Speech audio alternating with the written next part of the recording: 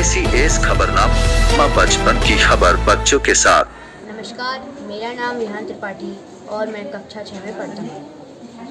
हिंदी का प्रयोग लगभग सभी क्षेत्रों में सबसे ज़्यादा किया जाता है और हम छोटे बच्चों से अक्सर बड़ों को यही शिकायत रहती है कि ज़्यादातर हम हिंदी लिखते समय मात्राओं की गलतियाँ कर बैठते हैं या फिर हमारा लेख उतना स्वच्छ और शुद्ध नहीं हो पाता है। आज हम अपनी हिंदी की अध्यापिका से हिंदी लेखन के कुछ गुर सीखेंगे और साथ ही इस पर भी चर्चा करेंगे कि सुंदर लेख कैसे बनाया जाए। नमस्कार टीचर, आपका ACS खबरनामा में स्वागत है। मेरा नाम विहान त्रिपाठी है। सबसे पहले हमें ये समझाएं कि 12 खड़ी आने के बाद भी हम मात्राओं की गलती क्यों कर बैठते हैं।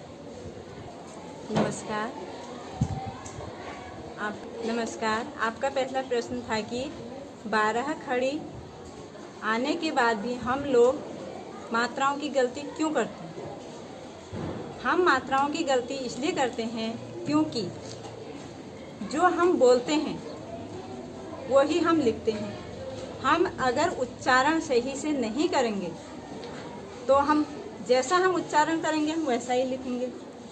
अगर की आ रहा की में अगर छोटी ई की मात्रा है तो हमें की ऐसे बोलना। अगर हम ये बोलेंगे की तो हम लिखेंगे भी की ही।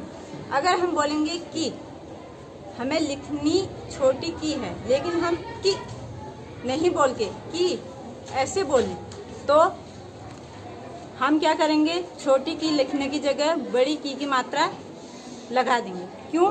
क्योंकि हम उच्चारण उसका गलत करें। ठीक है, उच्चारण हम उसका गलत करें। इसी तरह अगर कहीं पे है और है में क्या होता है, ऊपर से बिंदा नहीं लगता। जो बिंदु लगता है ऊपर से वो किस में लगता है में। ठीक है, अगर कोई क्या है वाक्य है, राम घर जाता है या राम घर जाते हैं।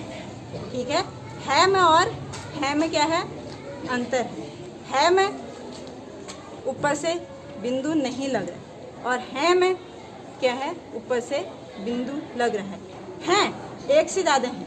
ठीक है, एक से ज़्यादा है इसलिए उस पर क्या हो रहा है, बिंदु का प्रयोग हो रहा है। और है में नहीं लग रहा है, उसमें सिर्फ एक वचन का प्रयोग। ठीक है, इसलिए हम क्या करते हैं, उच्चारण अगर हमारा अशुद्ध होगा तो हम लिखने में भी गलतियां करेंगे। ठीक है। अगले प्रश्न के लिए मैं अपनी सहपाठी मनसा को बुलाना चाहती हूँ। मेरा नाम मनसा नेगी है। मेरा आपसे यह प्रश्न है कि किस शब्द में कौन सी मात्रा लगेगी, हमें कैसे याद रहेगा।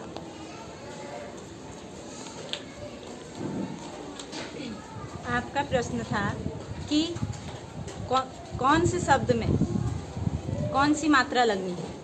ठीक है, हम मात्राओं में अक्सर गलतियां करते हैं। पहली बात, हमें किस शब्द में कौन सी मात्रा लगानी है, इससे पहले हमें ये देखना होगा कि जो हमारी अध्यापिका है, शिक्षिका है, वो हमें जो पढ़ा रही हैं तो वो कैसे बोले। ठीक है, उसके बाद जब वो पढ़ा रही हैं तो उनका पढ़ाया हुआ हमें क्या करना है, अपना ध्यान उनकी तरफ केंद्रित करना है। अपनी कानों से जो सुनना है, आँखों से जो देखना है, उसको हमें क्या करना है, अपने दिमाग पर रखना है कि कहाँ पर शिक्षिका ने क्या बोला, कहाँ पे छोटी की मात्रा है, कहाँ पे छोटा ओ, कहाँ पे ओ, कहाँ पे औ। ठीक है, अक्सर इन मात्राओं में क्या होती है, गलतियाँ होती हैं। तो हमें सबसे पहले वो जो पढ़ा रही हैं उस पर ध्यान केंद्रित करना है।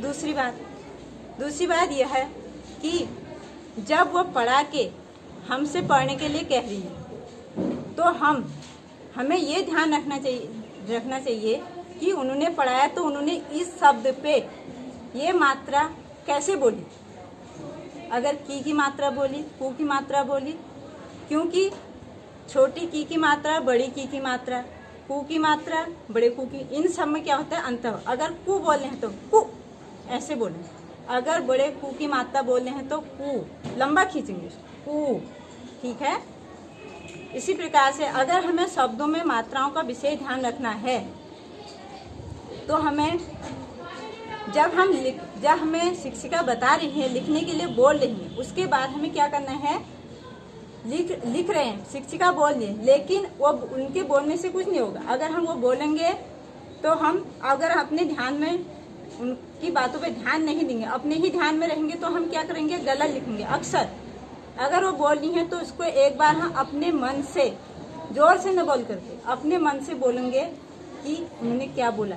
बोलते बोलते लिखेंगे, अपने होंठों को बंद करके, ये नहीं कि आवाज़ करके, होंठों को बंद करके अगर हम उनको लिखेंगे, उनका बोला हुआ अपने हम दोबारा क्या करेंगे? उसको दोहराएंगे, तो वो हमें जल्दी याद रहेगा कि इस शब्द में ये वाली मात्रा लगी।